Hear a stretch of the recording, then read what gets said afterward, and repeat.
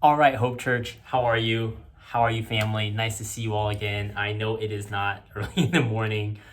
Truth be told, it has actually been quite challenging to do that just over these last 2 weeks. And main reason being now that I'm out here consistently with my other staff and all that stuff, I just have to, number one, apologize that I can't get it to you as early in the mornings anymore, or as consistently, I should say. But at the same time, it's no excuse.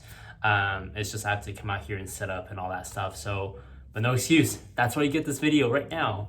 How is everyone doing? Oh my gosh, it's been such a crazy, and I keep using that word crazy. It's been a crazy couple of weeks, and as we continue this reopening, as we continue to go forward, life is starting to get back into that normal swing of things again. Not normalcy, just the normal busyness again. Wanted to talk to a little bit about today's devotion, but really before that, I do a brief promo for the coming Sunday. We've been talking a lot about family altars in our Hope EM services, right? This idea of building and creating a space and time for your family to come and hang out before the Lord and have a space of reflecting and meditating on His Word, meditating and reflecting on His goodness, right? His past goodness, current goodness, and His future promised goodness. And this coming Sunday, yours truly will be sharing the word on Sunday, and I hope to see you all there. But more than seeing you all there is the support that I can get from all of you, that as we talk about the Tower of Babel and what that means in terms of how we build our lives, right? Build is going to be a key word, but how we build our lives, it's going to be important, really fun. I'm excited to see you all there, okay? As far as today's devotion goes, we're talking coming from Deuteronomy chapter 21. Now, this is a time in the passage when I start to lose my focus. Right, as we're reading through the first portions of Deuteronomy, it's been cool. It's been a lot of stories. It's been a lot of cool, big, overarching principles being laid down. But as we get into the nitty-gritty of these rules and things you ought to do, this is where the Bible loses me a little bit. So, sorry, God.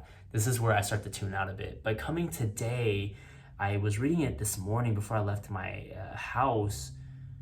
It's really interesting, verses 1 through 9, this idea of if there's a person found dead, a person found having lost his life, but nobody's sure how it happened, nobody's sure what had happened, if there was malice or if there's anything, you have to find the time and effort to reconcile your relationship to God. Right? Because at the end of the day, Deuteronomy and all these Bible passages, they're all about our relationship. Relationship with who? Relationship with God. It's about how we interface with Him, right? How we interact with Him. And when there is a person who is killed on a piece of land, nobody knows who did it, what happened, still, the surrounding areas are responsible for this human being. We're responsible because this person is in a part of our community. And for us maybe not to be able to see what had happened or to care for what had happened, it's on us a little bit that we weren't able to keep up with that. So it's interesting that verses 1 through 9 talks about the way that you can reconcile a relationship with God, even if it wasn't you, even if it wasn't your town or a person from your area who did it, but it's still up to you to make the atonement, to make sure you're right, your community is right before God. And I think it's so interesting as we go into this week, like I said, building our family altars and building our family retreats. How are we making sure our relationships are right with God, right? Thank you all for your responses so far, but this is the next question I'm going to ask you is, how do you make sure your relationship with God is right? Important topic. Keep that in mind for the rest of the week. We're going to come back to it and we're going to talk about it on Sunday, but how do you keep your relationship right with God? Okay? All right, family. It's been awesome. I will see you all in the next couple of days. Take care.